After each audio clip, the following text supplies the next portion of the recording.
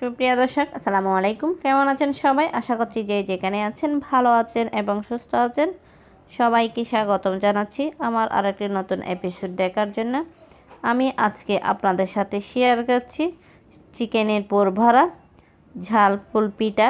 এই পুলপিঠাটা খেতে কিন্তু অনেক টেস্টি, তৈরি করা কিন্তু খুবই সহজ। তাহলে চলুন দেখে নেওয়া যাক। প্রথমে আমি এখানে 2 কাপ ময়দা নিয়ে নিয়েছি। দেখেন, ময়দাগুলো নেওয়ার পরে আমি এখানে স্বাদ অনুযায়ী লবণ দিয়ে দিচ্ছি। আমি এখানে 1 টেবিল চামচের মতো চিনি অ্যাড করেছি। আমি এখন সবগুলো একসঙ্গে ভালো করে মিক্স করে নিচ্ছি। মিক্স করা হয়ে গেছে। আমি এখানে 1 টেবিল চামচের মতো কুকিং অয়েল দিয়ে দিয়েছি। সেটা আমি একটু ভালো করে মিক্স করে নিচ্ছি ময়দার সঙ্গে। দেখেন, ময়দার সঙ্গে তেলটা কিন্তু ভালো করে মিক্স করা হয়ে গেছে। আমি এখানে একটা ডিম দিয়ে দিয়েছি। আমি ডিমের কিন্তু সাদা অংশটা দিই নাই, শুধু কুসুমটাই ব্যবহার করেছি। আমি এখানে 1/3 কাপের মতো টক দই দিয়ে দিয়েছি। আজকের ডোটা কিন্তু আমি শুধু টক দই দিয়ে তৈরি করব। এখানেও কিন্তু কোনো পানি অ্যাড করি নাই, আমি শুধু দই দিয়ে এই ডোটা তৈরি করেছি। আমি কিন্তু একটু সময় নিয়ে এই ডোটাকে একটু ভালো করে মতে নিয়েছি, একটা সফট ডো তৈরি করে নিয়েছি। এখন এটা এক পাশে রেখে দিচ্ছি। আমি পরের স্টেপে চলে যাচ্ছি। আমি এখন চিকেনের পুরটা তৈরি করব। তার জন্য আমি আগে থেকে চিকেনটাকে একটু সিদ্ধ করে রেখেছি। আমি এখানে সিদ্ধ করার সময় গোলমরিচ আর 1 টেবিল চামচ আদা রসুনের পেস্ট দিয়ে সিদ্ধ করেছি। আমি এখন পুরটা তৈরি করেছি। তার জন্য আমি এখানে শুধুমাত্র 1 টেবিল চামচ কুকিং অয়েল দিয়ে দিয়েছি। 1 কাপ পেঁয়াজ কুচি করে দিয়ে দিচ্ছি। আমি পেঁয়াজ কুচিটা ভালো করে একটু ভেজে নিচ্ছি, যেন পেঁয়াজের কাঁচা গন্ধটা চলে যায়, তার জন্য। দেখেন, পেঁয়াজটা ভাজা হয়ে গেছে। আমি এখানে 1 টেবিল চামচ আদা এবং রসুনের পেস্ট দুটোটা একসঙ্গে দিয়ে দিয়েছি। দেওয়ার পর সেটাও একটু ভালো করে ফ্রাই করে নিয়েছি। দেখেন, আমি এখানে 3-4টা কাঁচা লঙ্কা কুচি করে রেখেছিলাম, সেগুলোও দিয়ে দিচ্ছি। দেওয়ার পর সেগুলো একটু ভালো করে ভেজে নিয়েছি। 1/2 টিস্পুনের চেয়ে একটু কম হলুদের গুঁড়া দিয়ে দিয়েছি। দেখেন, আমি এখানে 1 টিস্পুন জিরার গুঁড়া দিয়ে দিচ্ছি। এখন দুটোটা একসঙ্গে ভালো করে একটু মিক্স করে নিচ্ছি। আমি সামান্য করে লবণ দিয়েছি। লবণটা কিন্তু বুঝে শুনে দিতে হবে, কারণ চিকেনটা সিদ্ধ করার সময় কিন্তু লবণ দিয়ে সিদ্ধ করেছি। মশলাগুলো একটু ভালো করে কষিয়ে নিয়েছি। এখন আগে থেকে যে গাজরটা আমি গ্রেট করে রেখেছিলাম সেগুলো এখানে ঢেলে দিয়েছি। দেওয়ার পরে সেটাও একটু ভালো করে ভেজে নিচ্ছি। আমি শুধু এখানে গাজর আর মটরশুঁটি ব্যবহার করেছি। আমি এখানে সামান্য করে মটরশুঁটি দিয়ে দিচ্ছি। আপনারা চাইলে আরও সবজি অ্যাড করতে পারেন আপনাদের পছন্দ অনুযায়ী।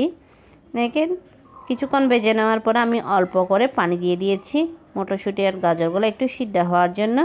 আমি ঢাকনা দিয়ে ডেকে কিছুক্ষণ সিদ্ধ করেছি। দেখেন, সিদ্ধ করা হয়ে গেছে। আমি এখন যে চিকেনটা আগের থেকে তৈরি করে রেখেছিলাম সেটা এখানে দিয়ে দিয়েছি। দেওয়ার পরে ভালো করে একটু মিক্স করে নিচ্ছি। আমি 5 মিনিট ডেকে এই চিকেনের পুরটা তৈরি করে নিচ্ছি। আশা করছি আজকের রেসিপিটা আপনাদের কাছে ভালো লাগবে। ভালো লাগলে প্লিজ আমার চ্যানেলটা সাবস্ক্রাইব করে পাশে থাকার বেল আইকনটি প্রেস করে রাখবেন, আমাকে সাপোর্ট করবেন। আর রেসিপিটা যদি আপনাদের কাছে ভালো লেগে থাকে তাহলে লাইক, কমেন্ট এবং বেশি করে শেয়ার করবেন। পুরটা হয়ে গেছে। এখন এটা আমি এক পাশে রেখে দিচ্ছি। আমি এখন পরের স্টেপে চলে যাচ্ছি। আমি পিঠাগুলো তৈরি করে নিচ্ছি। অল্প কিছু উপকরণ দিয়ে কিন্তু অনেক মজার একটা পিঠা তৈরি করে নেওয়া যায়। আশা করছি আপনাদের কাছে ভালো লাগবে। আপনারা একবার হলো বাসায় ট্রাই করবেন। এই ডোটাকে আমি ছোট লিচি কেটে নিয়েছি। দেখেন, বলের শেপ করেছি। এখন আমি রুটি বেলে নিচ্ছি ছোট করে। খুবই অল্প সময়ে কিন্তু খুবই অল্প খরচে কিন্তু এই পুলপিঠাটা তৈরি করা যায়। দেখেন, আমি একটা রুটি বেলে নিয়েছি। আমি মাঝখানে পুরটা দিয়ে দিচ্ছি।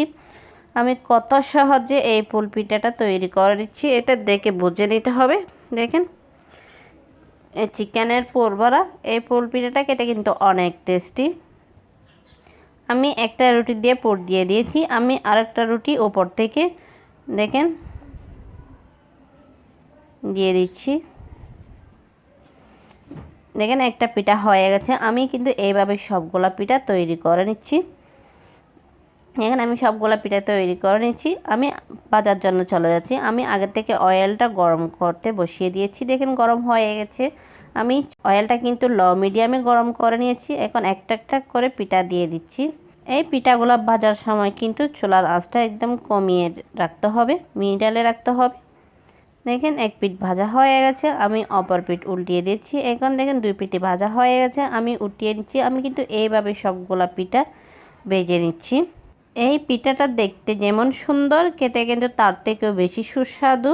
আপনারা চাইলে চিকেনের পরিবর্তে কিন্তু ভেজিটেবল দিয়ে কিন্তু এই পিঠাটা তৈরি করে নিতে পারেন। আমি এখন আপনাদেরকে পরিবেশন করে দেখাচ্ছি। দেখেন এই পিঠাগুলো দেখতে কত সুন্দর হয়েছে।